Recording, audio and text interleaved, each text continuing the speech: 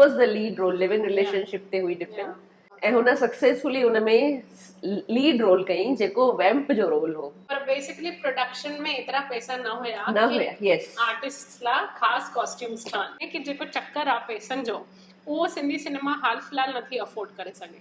त कोई घर में वेठल लेडीज या आम सोसाइटी जो लेडीज बि आहे न मेकअप न कंदी।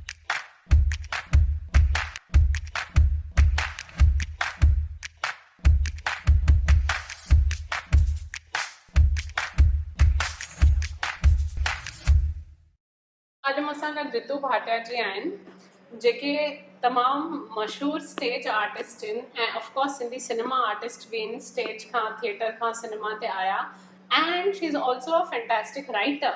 अॼु मूंखे उन्हनि सां वेही करे ॻाल्हियूं ॿोलियूं करणियूं आहिनि उन्हनि जे करियर जे बारे में, उन्हनि जो सिंधी सिनेमा जे कॉन्ट्रीब्यूशन जे बारे में एंड ओवरऑल सिंधियत जे बारे में। अचो असां रितू मैडम सां ॻाल्हायूं। हाणे पहिरियों त तव्हां मूंखे ॿुधायो तव्हां कहिड़े कहिड़े सिंधी फिल्मुनि में कमु कयो आहे? मुंहिंजी सभिनी खां पहिरीं जेका सिंधी फिल्म हुई उहा झूलेलाल हुई, जेका असांजे स्वर्गीय मदन जुमाणी दादा ठाही हुई। उन में हिकु रोल उन्हनि मूंखे ऑफर कयो। हू मूंखे हिकु सिंधी सेमिनार में ई मिलिया ऐं उते मां हिकु पंहिंजो प्ले प्रेज़ेंट करणु वियल हुअसि। त राति जो जॾहिं उन्हनि मुंहिंजो प्ले ॾिठो त मूंखे चयो मुंहिंजे फिल्म में तूं हिकु नंढो रोल कंदीअ? मां चयोमांसि दादा इहा मुंहिंजी ख़ुशकिस्मती आहे कि मां तव्हां सां कमु कयां, ऐं अहिड़ी तरह मां झूलेलाल में सभिनी खां पहिरीं कमु कयो। 1966 यस। ऐं उन खां पोइ सिंधी फिल्मूं असांजे हिन एरिया में अञा एॾी अवेयरनेस न आई हुई, because I am very far from Bombay, staying in one corner of India that is called Kutch. त उतां खां असां बॉम्बे में थोरो वञण खां हेज़िटेट कंदा आहियूं।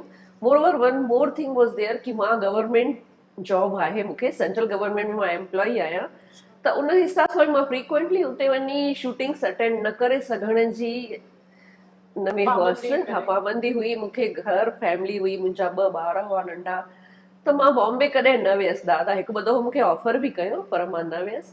उनखां पोइ जॾहिं अहमदाबाद यूनिट वारनि सिंधी मूवीज़ ठाहिणु शुरू कयूं त सेकेंड मूवी मां अहमदाबाद यूनिट सां कमु कयो, जंहिंजो नालो हो प्यार जा रंग। उन में मां स्टोरी राइटिंग में बि प्रोड्यूसर ऐं डायरेक्टर खे चङो सपोर्ट कयो मान, ऐं उन में जेको मेन हीरो हुयो उनजे मदर जो रोल मुंहिंजो हुयो। काफ़ी लंबो रोल हुयो, ऐं कहिड़ो लॻो कीअं लॻो उहो तव्हां मूवी ॾिसी पाण डिसाइड करे सघो था। अच्छा, प्यार जा रंग एहसास रिश्तनि जो, उनजो पूरो नालो ईअं हुयो। ऐं उन में मुंहिंजी डॉटर बि कमु कयो हो। बाय चांस उहा फिल्म सां एसोसिएट थी वई छोकी उहा मूंखे छॾण ऐं वठण ईंदी हुई, त डायरेक्टर जी नज़र उन ते पई त मूंखे चई लीड रोल लाइ मूंखे इहा छोकिरी खपे, ऐं हुन सक्सेसफुली उन में लीड रोल कयईं जेको वैम्प जो रोल हो, नॉट हीरोइन जो, वैम्प जो रोल हो, but that was the lead role, live in relationship ते हुई डिपेंड।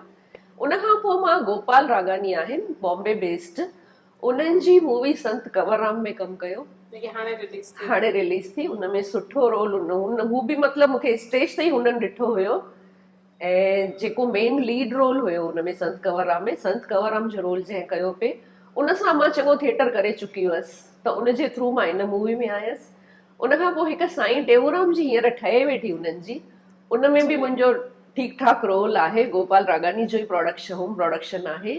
तंहिंखां सवाइ हिकु अञा सिंधी मूवी अहमदाबाद यूनिट जी ठहे वेठी, नाज़ुक रिश्तो, हाणे त रिलीज में आहे, नरेश उधाणी जी हिकु नंढो रोल मुंहिंजो हुन में बि आहे। ओके ओके, मूंखे तव्हां खां पुछणो आहे, तव्हांखे जेके इहे रोल्स मिलिया आहिनि इहे तव्हांखे कॉन्टेक्ट्स जे थ्रू मिलिया आहिनि कि कुझु प्रॉपर कास्टिंग प्रोसेस थींदो आहे? न, प्रोसीजर कास्टिंग प्रोसेस में त हुननि मूंखे कॾहिं घुरायो ई कान। जॾहिं हुननि शूटिंग शुरू करे चुका हूंदा आहिनि त किथे हुननि खे ईअं लॻंदो आहे कि स्टेज ते असां हिन आर्टिस्ट खे ॾिठो आहे, ऐं मूंखे फ़ोन कंदा आहिनि कि रितू ही रोल आहे, मूंखे लॻे थो तूं सुठी तरह हिन सां निभाए सघंदीअ, ऐं 2-4 ॾींहंनि जी ॻाल्हि आहे, अची वञ अहमदाबाद शूटिंग। हा, स्टेज ई ॾिठो आहे, ऐं हिननि जेके 2-3 मूवीज़ कयूं आहिनि कंहिं उन में ॾिठो आहे, बसि इहे इन हिसाब सां मां हुन सां एसोसिएट थी वेंदी आहियां। तव्हांजो फिल्मिंग जो जेको प्रोसेस हूंदो आहे, हाणे तव्हां जेके मूंखे पंज ई फिल्मूं ॿुधायूं, मूंखे उन मां हिकिड़ी झूलेलाल खणणी आहे ऐं हिकिड़ी प्यार जा रंग खणणी आहे, छाकाणि हिकिड़ी 66 आहे, हिकिड़ी पोस्ट 2000 आहे। ॿिन्हिनि फिल्मुनि जो फिल्मिंग जो तरीक़ो ॾाढो अलॻि हुयो।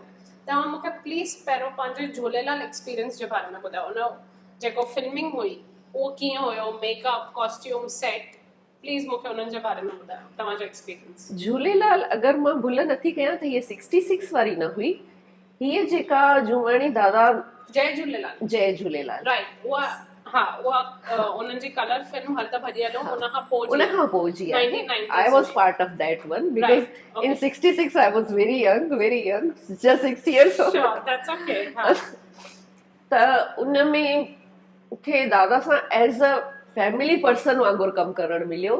उन में दादा जेठो लालवानी हुआ, हेमलता बजाज हुई, उन्हनि सभिनी सां मां सिंधियत जे हिसाब सां, सिंधी थिएटर जे हिसाब सां ऐं सिंधी सेमिनार्स वग़ैरह में घणेई दफ़ा गॾु स्टेज शेयर करे चुकी हुअसि, पार्टिसिपेट करे चुकी हुअसि।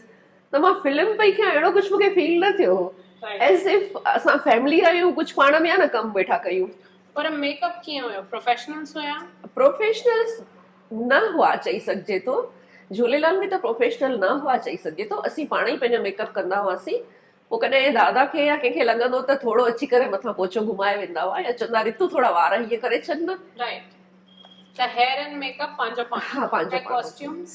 कॉस्ट्यूम्स बि असां जीअं घर में पाइबा आहिनि, झूलेलाल में कपड़ा? हा, सिंपल कपिड़ा हुआ, कुझु बि हाई फाई कोई कॉस्ट्यूम्स न हुआ, कुझु बि न हो, सिंपल कपिड़ा ई हुआ। ऐं डेली यूज़ में असां जेके पाईंदा आहियूं उहे बि असां उते यूज़ कया। मां इहो सुवाल इन करे थी पुछां छाकाणि त सिंधी सिनेमा जी जेकी सिंधी फिल्म ठाहिण जी जेकी हालत आहे, उनमें बजट जी एॾी रिस्ट्रिक्शन हूंदी आहे कंपेयर टू अदर सिनेमास। ऐं मां हिंदी सिनेमा खे न खणंदमि, पर ॿियूं जेके सक्सेसफुल अदर रीजनल सिनेमास आहिनि, hair and makeup artist, costume designer, this designer, that designer, set designer, production designer, हर कंहिंखे पंहिंजो पंहिंजो कमु ॾिनल हूंदो आहे, पर असांखे ओतिरा पैसा कान हूंदा। तॾहिं मां पुछो भई मदन झुमाणी दादा सां कीअं। हाणे तव्हां मूंखे ॿुधायो प्लीज़, प्यार जा रंग में कीअं एक्सपीरियंस हुयो? प्यार जा रंग बि असां सभु सुञाणप वारा पाण में गॾिया हुआसीं। नरेश उधाणी सां बि मां चङो थिएटर करे चुकी आहियां। ऐं उन में हिकु छोकिरी हुई पूनम लालवानी, जेका मेन लीड रोल में हुई। इन में 2 छोकिरियूं हुयूं, मां तव्हांखे ॿुधायो न लीड रोल में। त पूनम लालवानी बि जॾहिं मां बड़ौदा में NCPSL पारां वर्कशॉप करणु वेंदी हुअसि, त उहो तॾहिं स्टूडेंट हुई, मूं वटि ईंदी हुई ऐं वर्कशॉप में मां हुनजी टीचर वांगुरु रही चुकी हुअसि। त असां 2 ॼणियूं आहे न हिक ॿिए जा वार ठाहे खणंदा हुआसीं। ऐं मेकअप मैन हुननि ऑफकोर्स रखियो हुयो, त प्यार जा रंग में हुयो मेकअप मैन हुयो। बाक़ी कॉस्ट्यूम्स असां पंहिंजा घर जा यूज़ कंदा हुआसीं। हा, प्यार जा रंग में बि कॉस्ट्यूम्स असां पंहिंजा घर जा ई यूज़ कया, छोकी हिकु फैमिली स्टोरी हुई उहा। त घर में आम पाण टीजड़ीअ जा सीन आहिनि, त टीजड़ीअ में ॻाढ़ी ड्रेस जेका घर में पाइबी आहे उहा पाईंदा हुआसीं। ऐं किथे घर में हलंदे चलंदे जा सीन आहिनि त ठीक ठाक कपिड़ा जेके पाइबा आहिनि उहे पाईंदा हुआसीं। पर बेसिकली प्रोडक्शन में एतिरा पैसा न हुया यस, आर्टिस्ट लाइ ख़ासि कॉस्ट्यूम्स ठहनि। ओके, ऐं प्यार जा रंग खां पोइ तव्हांजो जेके नेक्स्ट 2 फिल्मूं रहियूं, कंवरराम, टेऊंराम जेकी अञा ठहे थी, ऐं जेकी नेक्स्ट नरेश उधाणी सर जी, उनमें छा एक्सपीरियंस आहे हेयर मेकअप कॉस्ट्यूम इन 3 ॻाल्हियुनि जो? गोपाल रागानी जे में बि छोकी उहा हिकु टाइम लाइन मूवी हुई, त कुझु मेकअप जी ज़रूरत ई न हुई। ओके, ऐं सिंध में जीअं ॿुढियूं कपिड़ा पाईंदियूं आहिनि, मुंहिंजो अहिड़ो रोल हो। ऑफकोर्स मां ॿुढी न हुअसि, पर हिकु सिंध जी लेडी जो मुंहिंजो रोल हुयो। त मूंखे पतलून ऐं लंबो कुर्तो पाइणो हुयो, जेको गोपाल रागानी मूंखे प्रोवाइड कयो हुई। हुननि मूंखे प्रोवाइड कयो हुई। ऐं मेकअप ऐं हेयर वग़ैरह जी का उन में गुंजाइश ई न हुई उन रोल में, छोकी मथे ताईं एसिस ताईं असांखे पोती पाइणी हूंदी हुई। हा जी। ऐं सिंध जो टाइमलाइन मूवी, त सिंध में ओॾी महिल जेतिरे क़दुरु मूं ॿुधो आहे त कोई घर में वेठल लेडीज़ या आम सोसाइटी जो लेडीज़ बि आहे न मेकअप न कंदी हुई। न, makeup for screen, that we were doing our own. गाड़ी लिपस्टिक वारो मेकअप न, that we were doing our own. Okay, because मां स्टेज आर्टिस्ट आहियां, त एतिरो प्राइमरी नॉलेज मूंखे आहे, इन करे मां करे वठंदी हुअसि। ओके ओके, त हेयर मेकअप कॉस्ट्यूम ऐं उन्हनि जी टेऊंराम में बि उहो ई आहे। हाँ, टेऊंराम में भी सेम थिंग आहे, सेम। ऐं हाणे नरेश उधाणी सर जी जेकी हले थी, उन में अञा भी ईअं ई आहे, अञा साॻी पोजीशन आहे जेका प्यार जा रंग में। त काफ़ी डिफिकल्ट आहे असांजे फिल्मुनि जे बजट में हेयर मेकअप कॉस्ट्यूम अफोर्ड करे सघणु। बिल्कुलु बिल्कुलु, तव्हां सही चई रहिया आहियो। तव्हांखे ख़बर ई हूंदी कि सिंधी फिल्मुनि सां कहिड़ा माण्हू जुड़ंदा आहिनि, जेके हिन खे आहे न पंहिंजो प्रोफेशन न जस्ट हॉबी करे खणंदा आहिनि, त उन में न पेमेंट जो बि को सुवाल नथो थिए। मुंहिंजो नेक्स्ट सुवाल उहो ई हुयो, Yes. तव्हां एॾनि फिल्मुनि में कमु कयो आहे, 5 फिल्मुनि में कमु कयो आहे, तव्हां पंहिंजे पैशन लाइ था कयो, पंहिंजे ख़ुशीअ लाइ था कयो सिंधी फिल्मूं, आई अंडरस्टैंड, पर कॾहिं सोचो अथव कि पैसा घुणा डायरेक्टर खां, या इहो ॻाल्हाइण तक थींदो आहे? छाकाणि त ॿियनि सिनेमाज़ में पहिरियों कॉन्ट्रैक्ट्स साइन थींदा आहिनि, लीगल कॉन्ट्रैक्ट्स, कि हा तव्हां मुंहिंजे फिल्म में कमु कयो आहे, तव्हांखे एतिरा मिलंदा, हिन टाइम ते मिलंदा, एतिरनि इंस्टॉलमेंट्स में मिलंदा, त तव्हांजो कीअं आहे फाइनेंशियल मूवीज़ में एक्सपीरियंस? फ्रैंकली स्पीकिंग त मां सेंट्रल गवर्नमेंट में हिकु तमामु सुठी पोस्ट ते आहियां, त financially I don't depend on these activities, हा न। ऐं उनखां सवाइ मुंहिंजी हॉबी आहे सिंधी मूवीज़ में, सिंधी थिएटर मुंहिंजो फर्स्ट लव आहे।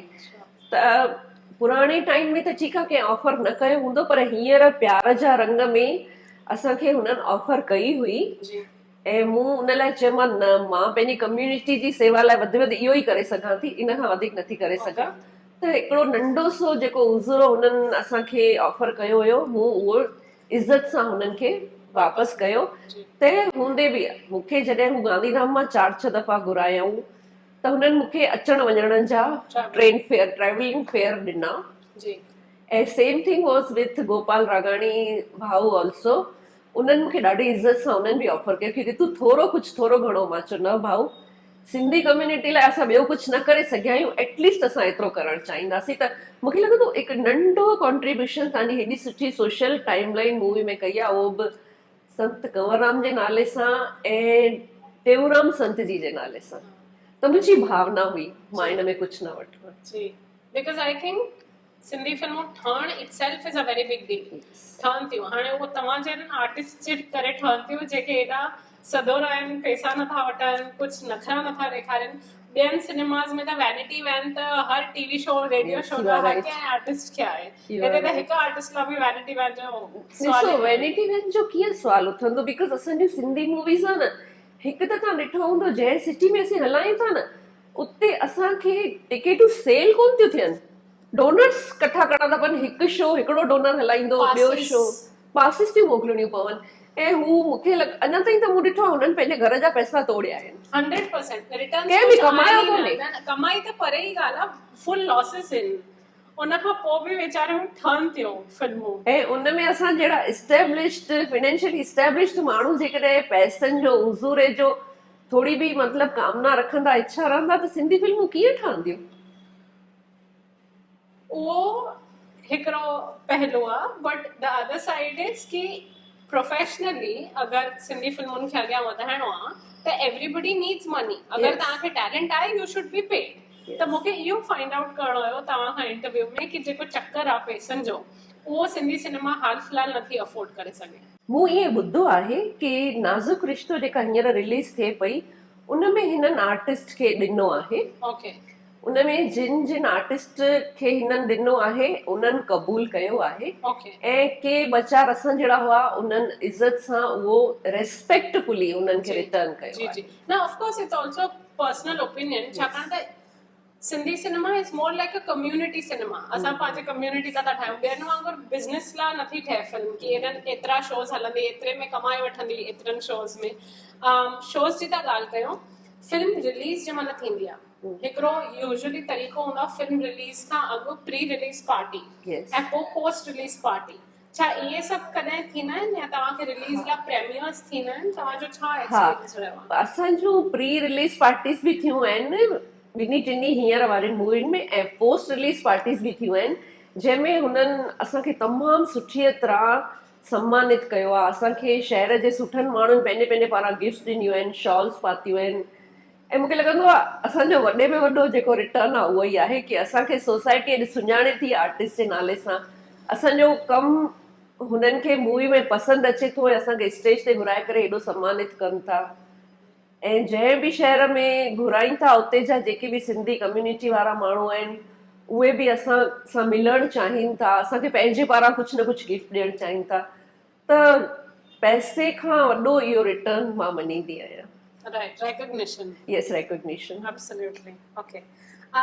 ये जेके फिल्मूं ठहनि थियूं, छाकाणि त असांखे डिस्ट्रीब्यूशन जो एॾो प्रॉब्लम आहे। असां वटि जे Hindi I am sorry I am coming back to Hindi cinema पर हिंदी सिनेमा में हिकिड़ो स्ट्रक्चर आहे Yes. हिन स्टेट जो हे डिस्ट्रीब्यूटर हे बेल्ट हे संभालींदो असांखे उहो कान्हे छाकाणि त असां अफोर्ड नथा करे सघूं सिंधी सिनेमा में तव्हांजे फिल्मुनि जो जेको डिस्ट्रीब्यूशन रहियो आहे मूंखे एतिरो ख़बर आहे नरेश उधाणी सर गोपाल लाखाणी सर पाण फिल्मूं खणी हिक हिक शहर में वञनि था शोज़ कनि था स्पॉन्सर्स ॻोल्हनि था त छा उहो जेके आर्टिस्ट जी टीम आहे फॉर एग्जाम्पल तव्हां बि गॾु वेंदा आहियो की तव्हांखे कुझु ख़बर आहे की डिस्ट्रीब्यूशन कीअं थींदो आहे किन किन फिल्मुनि लाइ हीरोज़ पाण उल्हासनगर में पोस्टर हणंदा आहिनि पंहिंजी फिल्म जा त उहे आखाणियूं बि मां पढ़ियूं आहिनि Yes. ऐं ॿुधियूं आहिनि You are right. ऐं मां उन्हनि सां गॾु कंहिं सिटी में न वई आहियां एग्ज़ैक्टली डिस्ट्रीब्यूशन जे टाइम ते पर मूं ताईं इहे न्यूज़ पहुतियूं हुयूं की नरेश उधाणीअ बि कुझु एरियाज़ में आहे न पहिरीं खां डिस्ट्रीब्यूशन राइट्स उन्हनि खे सेल कया हुआ ओके ऐं 40-60 जो रेशियो रखियो हुई प्यार जा रंग जो प्रोड्यूसर कोडू रावलाणी हुयो त उहे जॾहिं गांधीधाम आदिपुर में आया त मुंहिंजे घर ई रहिया हुआ त असां राति जो वेठा हुआसीं तॾहिं मूंखे ॻाल्हि कई वई की हिते जी हिकु संस्था खे मूं राइट्स ॾिना आहिनि 40% हू खणंदा 60% मूंखे ॾींदा ऐं गोपाल रागाणी जी बि संत कंवरराम जे बारे में मूंखे ईअं ॿुधायो वियो I am not very much sure I am not very much sure again I repeat it ॿुधायो वियो हो की हुननि बि आहे न डिस्ट्रीब्यूशन राइट्स अलॻि अलॻि सिटीज़ में ओके ॾिना हुया छाकाणि त अगरि पिक्चर ठहे थी ऐं माण्हू ताईं पहुचे नथी त it is totally pointless picture ठहण ई न खपे पोइ त ऐं मूंखे जेतिरनि प्रोड्यूसर्स डायरेक्टर्स सां मां ॻाल्हायो आहे हर कोई उहो थो चए असां फिल्म ठाहिण में ई पूरा था थी वञूं कुझु पैसा ई नथा बचनि ई कोन था जो मार्केटिंग ऐं मार्केटिंग पब्लिसिटी कजे यस यू ऐं अॼु जे डेट में सोशल मीडिया हुअण खां पोइ बि असां मार्केटिंग ऐं पब्लिसिटी में जाम पुठियां आहियूं यस वी पहुची आर नथा सघूं ऑडियंस ताईं वी आर त उहो सॼो सर्कल तव्हांजे कंहिं फिल्म में टैकल थियो आहे यस हर फिल्म में इहो थींदो आहे मां पर्सनली ईअं महसूस कंदी आहियां या मूंखे लॻे थो तव्हां बि इहा ॻाल्हि नोटिस कई हूंदी की बिकॉज़ असीं सिंधी आहे न all over the world not only in India all over the world एॾा स्कैटर्ड आहियूं न की असीं मार्केटिंग कयूं बि त कहिड़े एरिया में कयूं कहिड़े रीजन में कयूं असांजो को पर्टिकुलर स्टेट आहे कान जंहिंमें वञी करे असां पंहिंजी मार्केटिंग कयूं ऐं हेॾे वास्ट एरिया ते पहुचणु सॼी वास्ट एरिया में सिंधी फैलियल आहिनि हेॾी वास्ट एरिया ताईं पहुची मार्केटिंग करणु मूंखे नथो लॻे को प्रोड्यूसर अफोर्ड करे सघंदो कंहिं पॉकेट में त 200 सिंधी घर आहिनि नो एंड आल्सो कोई सिस्टम न सिस्टम सिस्टम इन प्लेस हूंदो त हिकु कंदो पोइ ॿियो प्रोड्यूसर उन फॉलो कंदो त इट्स इज़ियर असां वटि हर कोई पाण थो ट्राई करे हर जॻह ते पहुचण लाइ एतिरा घणा स्कैटर्ड आहियूं न की मूंखे नथो लॻे मार्केटिंग जी केतिरी बि सुठी करे स्ट्रेटेजी ठाहींदो न त हर माण्हू ताईं हू पहुची सघंदो या इवन 40 to 50% माण्हुनि ताईं बि हू पहुची सघंदो त मूंखे लॻे थो मार्केटिंग प्रॉपर न करे सघण जो शायदि हिकु इहो रीज़न आहे त जेको हाणे हिकिड़ो थींदो एक्टर हिकिड़ो थींदो स्टार त जंहिंमहिल फिल्म जाम सक्सेसफुल थींदियूं आहिनि के माण्हू स्टार्स थी वेंदा आहिनि जीअं फॉर एग्जाम्पल रीजनल सिनेमा में बि मराठी फिल्म जेकी ठही हुई सायराट एक्टर्स स्टार्स थी विया रातों रात पिक्चर खां पोइ पर I don't think Sindhi cinema में राम पंजवाणीअ खां पोइ कोई स्टार थियो आहे फ्रॉम देयर एक्टिंग त तव्हांखे जेको माण्हुनि खां प्यार थो मिले माण्हुनि खां रिकग्निशन थी मिले हाउ डज़ दैट फील मूंखे उहो तव्हां खां पुछिणो आहे की अगरि तव्हां रस्ते ते लंघो था अहमदाबाद में तव्हां वञो था बॉम्बे में त तव्हांखे कोई चवंदो अरे तव्हां त उहे आहियो उहो कॾहिं एक्सपीरियंस तव्हांखे मिलियो प्लीज़ पंहिंजी पर्सनल स्टोरी शेयर कयो मां छोकी इन्हनि 5 ॾींहं मूवी मां कंहिं में बि लीड रोल में न हुअसि श्योर हा I worked as a mother of the hero somewhere Elder sister of the hero ऐं सम जेके टाइम लाइन मूवीज़ हुयूं उन में हिकु नंढो कैरेक्टर त उन में मूंखे लॻे थो शायदि घटि माण्हुनि ताईं असांजी पहुच हुई सुञाणप हुई पर जेके मूंसां गॾु ॿिया आर्टिस्ट हुआ लीड रोल्स में हुआ उन्हनि खे पंहिंजी कम्युनिटी में एतिरी सुञाणप त मिलंदी आहे की ॾिसो फलाणी पिक्चर जी हीरोइन वञे पई या हीरो वञे पियो ओके उहो बि थोरे टाइम लाइ एग्जैक्टली इट डजंट लास्ट त मतलब स्टारडम नथो थिए no not at all I'm trying to get to that point कि stardom it's for a time being only. The movie is finished from theater after 1 month. Nobody knows. Nobody remembers even. Right. Nobody remembers even. Wow. Theaters जी तव्हां ॻाल्हि कई घणा shows तव्हां पाण ॾिसण वेंदा आहियो पंहिंजे फिल्म जा just to feel like yes you done it yes you are on that big screen? हूअं त मतिलबु एॾो को मूंखे हरू भरू क्रेज़ बि कान्हे वरी वरी ॾिसण जो, पर छोकी असांजे शहर में जॾहिं ईंदियूं आहिनि त असांजी ही का न का संस्था हलाईंदी आहे, त उन्हनि जी इहा डिमांड हूंदी आहे की असां उते प्रेज़ेंट रहूं ऐं असांखे बि सुठो लॻंदो आहे की हिन संस्था असांजो शो हलायो आहे, असांजी पहचान वारा ई सभु अचनि पिया त we should be part of that show. त लॻभॻि 8-10 शो त थी वेंदा आहिनि, वाह मिनिमम 8-10 त थी वेंदा आहिनि। ओके ऐं हर घड़ीअ पाण खे स्क्रीन ते ॾिसण खां पोइ I am trying to think of you I am trying to be in your shoes for minute. मां तव्हां खां पुछणु थी चाहियां हर घड़ी पाण खे स्क्रीन ते ॾिसण खां पोइ तव्हांखे लॻंदो अरे हे मां बेटर करे पई सघां, Yes. हे वार ईअं ठाहिणु Yes. खपंदा, हिते Yes. थोरी अञा लिपस्टिक हुजणु You खपंदी। are 100% right. ऐं मां ॾिसंदी आहियां पाण खे त रुॻो मां न पंहिंजूं कमियूं कढंदी आहियां, राइट किथे बि मां पाण खे प्राउड फील न कंदी आहियां की मां ही सुठो, मूंखे लॻंदो आहे न हिन में अञा मां हीअं कयां त वधीक सुठो लॻे हा। माना तव्हां क्रिटिसिज्म कॉन्स्टेंटली yes. ओके मां मूंखे हरदम लॻंदो आहे की न हिन में हीअ कयां त वधीक सुठो लॻे हा, अञा हिते हीअं न हीअं हुजे हा त वधीक सुठो लॻे माना हा। तव्हां पाण खे जस्ट एज एन ऑडियंस करे नथा ॾिसी सघो फिल्म न। Because U part of it Yes, U sir. Can't separate yourself Yes. Okay and thank U मूंखे उहो तव्हां खां पुछणो आहे ऐं मूंखे तव्हां खां पुछणो आहे अगरि तव्हांखे चॉइस ॾिनी वञे की तव्हांजी मर्ज़ी आहे फिल्म स्क्रीनिंग ते अचो की न, छाकाणि मां इहे चङा इंटरव्यूज़ ॾिठा आहिनि जिते हिंदी सिनेमा जा एक्टर्स चवनि था हिकु दफ़ो फिल्म शूट थी वेंदी आहे असां ॾिसंदा न आहियूं छाकाणि असांखे पंहिंजो कमु ॾिसणु न वणंदो आहे। त मूंखे तव्हां खां पुछणो आहे तव्हांखे पंहिंजो कमु ॾिसणु वणंदो आहे कि if you are given a choice कि तव्हांजी मर्ज़ी आहे स्क्रीनिंग ते अचो न अचो त would you like to not see it? I mean how do you feel? If I'm available, I can manage it. Surely, I would be a part of it. Okay त तव्हांखे हले Yes, तव्हांखे yes. पाण खे ॾिसणु वणंदो आहे पंहिंजो कमु? Yes. ओके तव्हांजी जंहिंमहिल फिल्म एडिट थी वेंदी आहे ऐं रिलीज़ थियण खां अॻु सॼे कास्ट ऐं क्रू खे तव्हां अलॻि अलॻि डायरेक्टर सां कमु कयो आहे, कोई तव्हांखे घुराईंदो आहे भई सॼी फिल्म ॾिसो रिलीज़ खां अॻु, ख़ाली तव्हांखे न सॼे कास्ट खे जिन जिन कमु कयो आहे की उहो अॼु ताईं न थियो आहे? हा मतिलबु घणा दफ़ा हू चवंदा बि आहिनि, घुराईंदा बि आहिनि, ओके पर मूंखे नथो लॻे सॼी कास्ट खे घुराईंदा आहिनि। जंहिंजा मेन रोल्स हूंदा आहिनि उन्हनि खे एटलीस्ट चवंदा आहिनि की अची हिकु दफ़ो ॾिसो। ओके ऐं न त बि एडिटिंग महिल त नॉर्मली असां सॼी मूवी ॾिसी वठंदा आहियूं। डबिंग महिल आई एम सॉरी, यस डबिंग महिल त असांजी उहा थी वेंदी आहे हिकु Okay. दफ़ो थी वेंदी आहे। Okay talk to me about the dubbing process. कीअं थींदो आहे, किथे थींदो आहे, प्रॉपर डबिंग स्टूडियो में थींदो आहे Yes. की तव्हांखे मेक शिफ्ट अरेंजमेंट करणी पवंदी आहे, कीअं थींदो आहे? प्लीज़ टेल न हिकु दफ़ो शूटिंग कंप्लीट थी वेंदी आहे पोइ हू पाण एडिटिंग करे वठंदा आहिनि। जॾहिं हुननि जी एडिटिंग कंप्लीट थी वेंदी आहे न तंहिंखां पोइ डबिंग स्टूडियोस बुक करे बाक़ाइदा उन में डबिंग कंदा आहिनि। अहमदाबाद में यस अहमदाबाद बॉम्बे में ऐं मुंहिंजूं मूवीज़ जी अञा ताईं जेके बॉम्बे जूं मूवीज़ बि हुयूं न त उन में बि जेतिरा असां गुजरात जा कलाकार हुआसीं त उन्हनि जी डबिंग अहमदाबाद में ई उन्हनि रखी हुई। ओके ऐं अहमदाबाद जी मूवीज़ जी त बट ऑब्वियस आहे अहमदाबाद में ई रखी हुयूं। Sure But they book a studio, they call us for dubbing, and systematically they do. अच्छा Yeah. ऐं फिल्म शूटिंग खां अॻु I want to now talk to you about the process of script writing, accepting a film and planning a film before shooting and then shooting. त चङनि films में मूंखे ख़बर आहे स्क्रिप्ट हूंदी न आहे, हलंदे हलंदे शूटिंग थींदी आहे, हलंदे हलंदे सीन्स चेंज थींदा आहिनि शूटिंग महिल।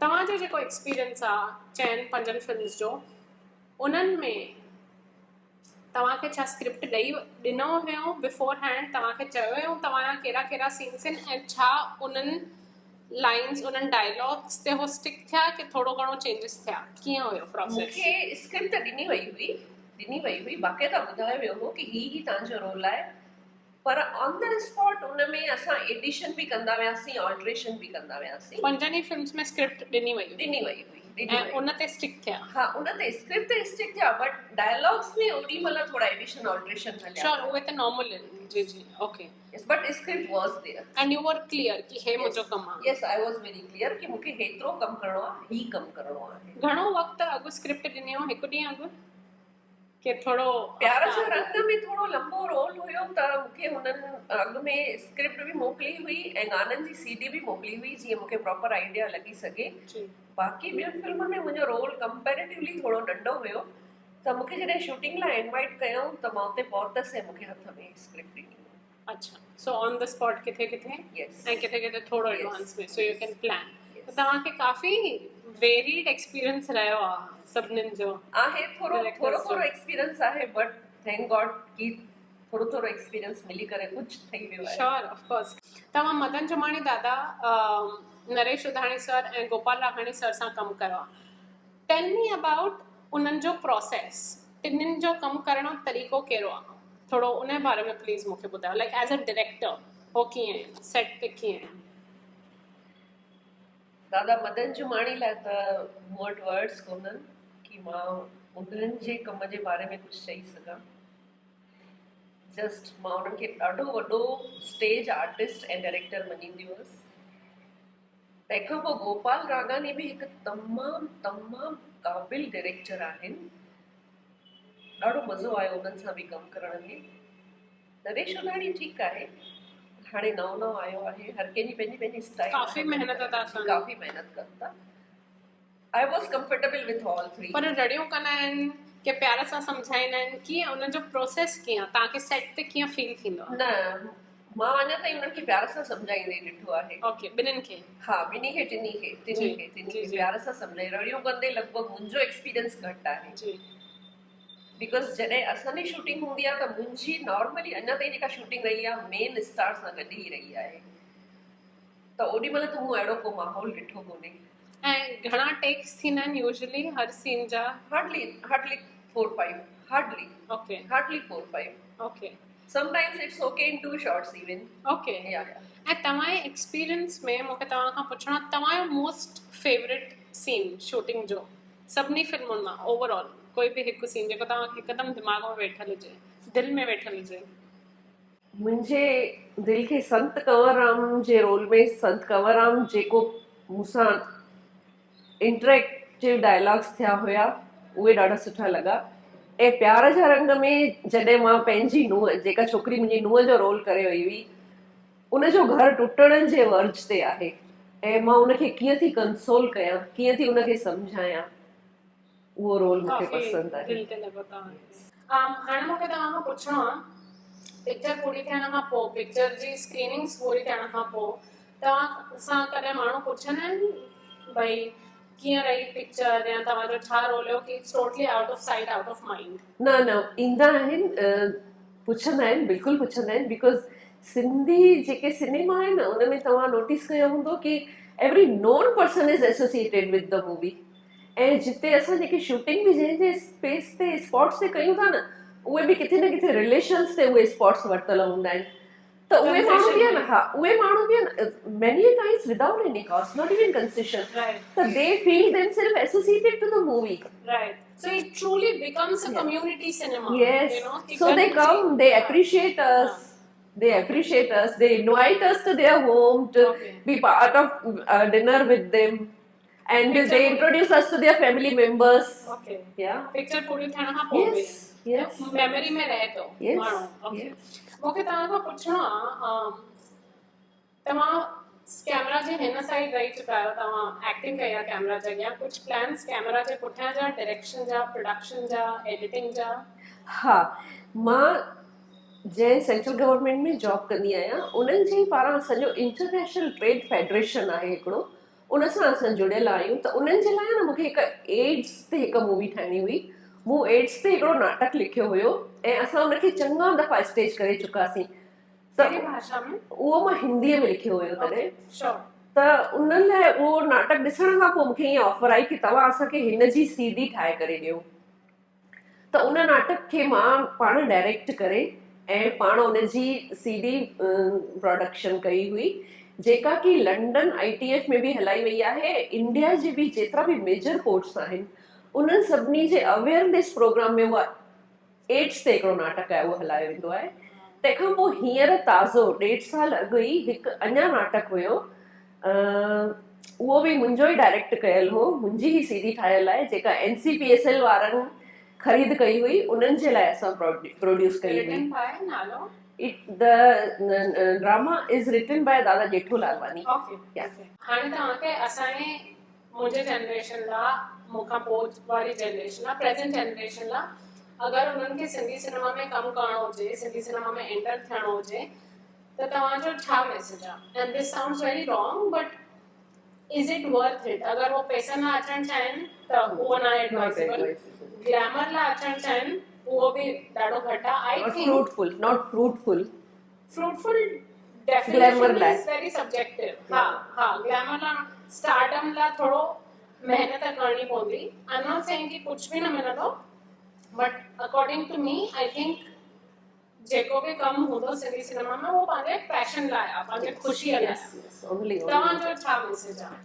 मुंहिंजो तव्हां सां ई मां शामिल राय आहियां कि ग्लैमर लाइ हू अचनि था त शायदि एॾी रिकग्निशन कोन थी मिली सघे, ऐं हॉबी लाइ अचनि था, यस त complete satisfaction they can get, ऐं कम्युनिटी जी सर्विस लाइ अचनि था त they are always most welcome.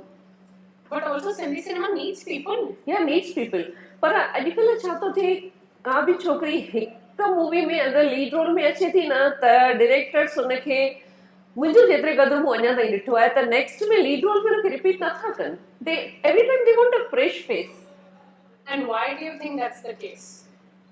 One thing is के उन्हनि खे ईअं लॻंदो आहे भई असांखे कुझु रिम्यूनरेशन पे न करणो पवे, ऐं ॿियो उन्हनि खे लॻंदो आहे कि फ्रेश फेस आहे त पब्लिक हिन रोल में उनखे इज़ीली एक्सेप्ट करे सघंदी।